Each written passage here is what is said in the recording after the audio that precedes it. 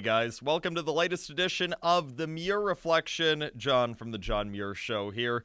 And last night, I hope you watched, Thursday Night Football or President Trump's rally or anything but what was taking place on CNN. Because on CNN, they had this town hall event with a bunch of the 2020 Democrat presidential candidates where it was supposed to be spending the whole time talking about the LGBTQRSTUVW, whatever community that is. The gay, the lesbian, the bisexual, whatever. And you had a bunch of the presidential candidates on the left show up to this event, and there was some absolutely shocking things that were stated. We'll get to those in a second. You also had a lot of nauseating things stated. Like you've got candidate Pete Buttigieg, the mayor of South Bend, Indiana. You've probably grown accustomed to him just trying to lecture everyone on the campaign trail, talking about how he's a man of God and he's a Christian. He knows Christianity, and he'll tell you all about how you're not anywhere close to as good of a Christian as Pete Buttigieg is, and about how you're a sinner, you're a terrible person. Oh, and he's God's gift to planet Earth. Yeah, that's what Pete Buttigieg has been doing throughout the campaign. It's been shameful. Last night, Buttigieg claimed that when a business refuses services to gay people, it makes, quote unquote, God smaller. No, actually it doesn't. When you have cases like the one out in Colorado from a few years ago, where you had a baker who said, look, I'm a Christian. I feel like I'd be betraying the Lord if I created this wedding cake for a gay couple, who are going against all the values that I believe in.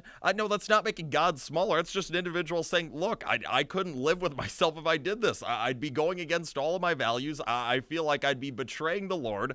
I can't do it. People should be allowed to do that. People of all faiths, if they're being told to do something that they feel betrays their faith, betrays their God, don't make them do it, because people in the United States of America, law-abiding U.S. citizens, have freedom of religion. Allow those people to exercise said freedom of religion. But it's clear that there's a lot of folks on the left who do not want people to be exercising their freedom of religion if those individuals happen to be Christian.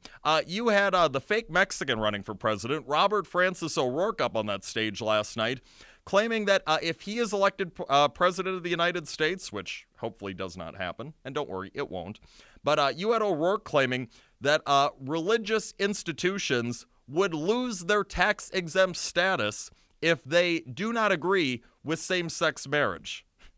I mean, you hear all the time folks on the left talking about how, separation of church and state. Don't let the Christian church come into the state here in the USA. Yeah, guess what? It's a two-way street. You cannot allow the state to enter into the church, and most certainly what O'Rourke was proposing was the state entering the church. I mean, this is the state not even knocking on the door, just plowing right through the front door and going into the church. It's absolutely shocking that you would have somebody running for president make a claim like this. And then O'Rourke tried to, smooth it over and say, oh, don't worry, I believe in people's freedom of religion. I believe in freedom of religion for all U.S. citizens. No, you don't. You're trying to deprive Christians from exercising their religious freedom, from living by the principles of their Christian faith. That's what you're trying to do. You just admitted to it a few minutes ago, buddy. So we're not going to believe you when you say, oh yeah, I deeply care about everyone in the United States exercising their freedom of religion. No, you don't. You're assaulting it, and so are a lot of your Democrat friends. I mean, it's just like when they tell you that they absolutely support the Second Amendment. No, they don't, because we've heard these same Democrats running for president talking about how they are going to take guns away from law-abiding U.S. citizens who have never committed a crime, who've never misused their guns. They claim they care about the Second Amendment, but then you listen to their proposals of what they do if they become president, and it's clear that they don't care one bit about the Second Amendment. And it's the same thing with freedom of religion. They pretend to care about freedom of religion for all people, but a lot of these 2020 Democrats, they only care about freedom of religion for folks who are not Christian. If you're a Christian, if you're all about Christianity, if you follow the Lord, no, it's clear that there are people like Pete Buttigieg and Robert Francis O'Rourke that don't want you to have freedom of religion.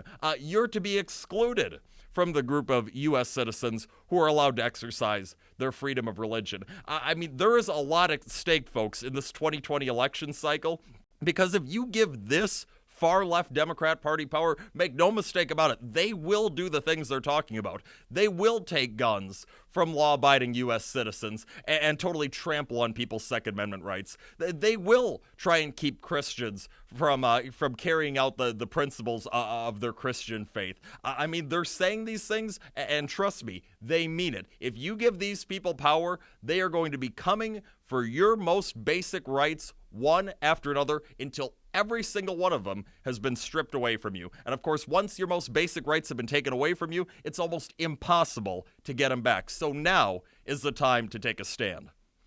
And that's all the time that we have for today and for this week. John Muir Show each and every weekday, 8:40 a.m. on WTAQ, 9 a.m. WSAU and WHBL. Till next time, I'm out.